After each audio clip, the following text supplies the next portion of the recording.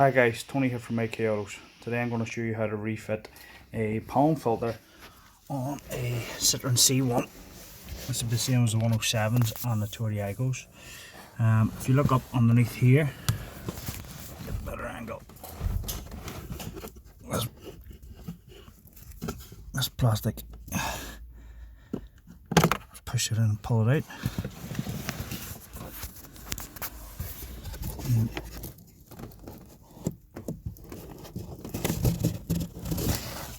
Pull the one out.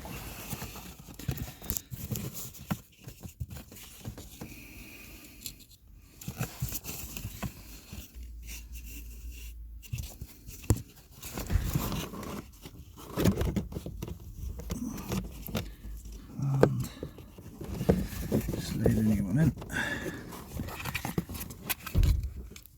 And just simply pop that back in. Jobs are good. Thanks for watching. Like and subscribe.